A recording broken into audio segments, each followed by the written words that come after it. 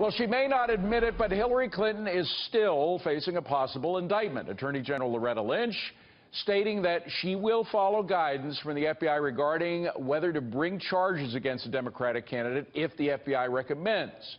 So if Hillary is indicted, where do we all go from here? Here now is Steve Forbes, Forbes media chairman, and Capri Cafaro, a Democratic state senator from Ohio. So, Steve, what happens if Hillary's indicted? It's over. And the Democratic Party, as you know, has 500-plus superdelegates. They have a conscience clause there, so the majority can go with, say, somebody like Joe Biden. And even if the indictment comes down after the convention, after she's a nominee? After the convention, I think it goes then to the DNC, and they will follow. That's right. They will go to, I think, Joe Biden.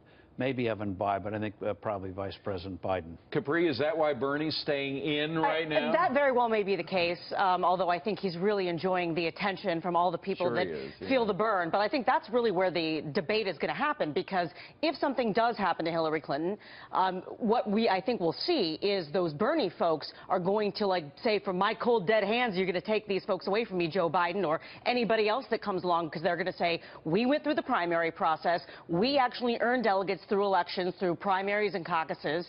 However, I think only someone like a Joe Biden could actually be successful in a general election. One other person, and we're fond of him here at Fox because he's a Fox News contributor, Evan Bayh, the former governor and senator of Indiana. Would he's a very moderate guy. There are a lot of Republicans who probably would vote for him over Trump. That very well may be the case. I mean, I think that, you know, when we look at folks like an Evan Bayh on the Democratic side or like a John Kasich on the Republican side, you know, people that, you know, really appeal to the middle-of-the-road thinking voter in the United States that, you know, may be more fiscally conservative but are looking for some pragmatists, those are the kind of people that I think would be successful. But, you know, Mr. Forbes is correct. The DNC would then take over if it happens after the convention, but if it happens before the Electoral College, so if she wins, for example, and then something happens, then there's another process there. Let's pull out of the weeds here for a second, There's a lot of Steve. weeds. And I want to talk about what happened with Loretta Lynch and Bill Clinton. What do you think was going through Bill Clinton's mind? Clearly, he was the instigator of this meeting. Yes, and I think it's a classic case where they thought no one would know about it. Really? And I think with all of the people that Bill Clinton travels with, they have to have the FBI around, et cetera. He thought he could get away with this being private? Usually agents don't leak. This case, I think an agent called a reporter, anonymous tip, this is what happened, and blew the whole thing up. And so I think it was premeditated on his part. And what's amazing is, given what her position is, Attorney General Lynch, that she went along with it when she knew it was just absolutely wrong to do.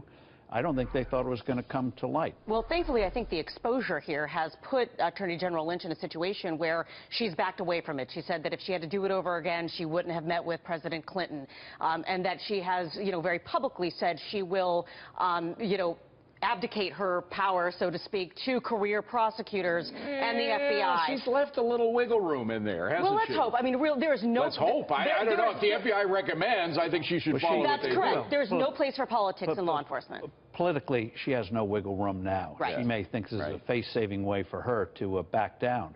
But what it also does is increases the chance of an indictment, because now the career people know there's no way politically this can be stopped. Well, it certainly increases the power of the FBI. The FBI was concerned that they would be overruled and somehow by Justice Department. Now, if Justice disagrees with the FBI on this, after what has happened on the tarmac, it just won't pass, will it? No, the whole tarmac meeting didn't pass the smell test, and why Bill Clinton did that, given his past troubles, given his knowledge of law, it just is... Quickly, Steve, there's another investigation, as if there weren't enough about Hillary. A federal judge has now expanded the investigation into the Clinton Foundation as to whether Hillary Clinton had a little set of emails involving meetings with that we weren't supposed to know about, like that tarmac meeting, meetings we weren't supposed to know about. That just adds fuel to the fire, also gives the FBI even more stuff that they can throw in and say, this doesn't pass the smell test, we don't have time to investigate it, but there's plenty for an indictment. Capri, what's the breaking point for Democrats, short of an indictment, because that would change everything? But Right. is there anything short of an indictment where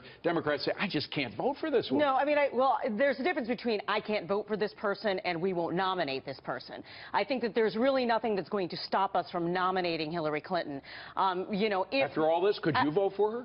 You know, it is a very, very difficult situation for me, as you well know, and I believe that the Supreme Court nominations are something that are very, very important to me, and as a Democrat, the balance of the court is very important. However, I share some concerns in regards to Mrs. Clinton's veracity. Very honest, Capri Cafaro, and Steve Forbes, thank you very much. He's always honest as well.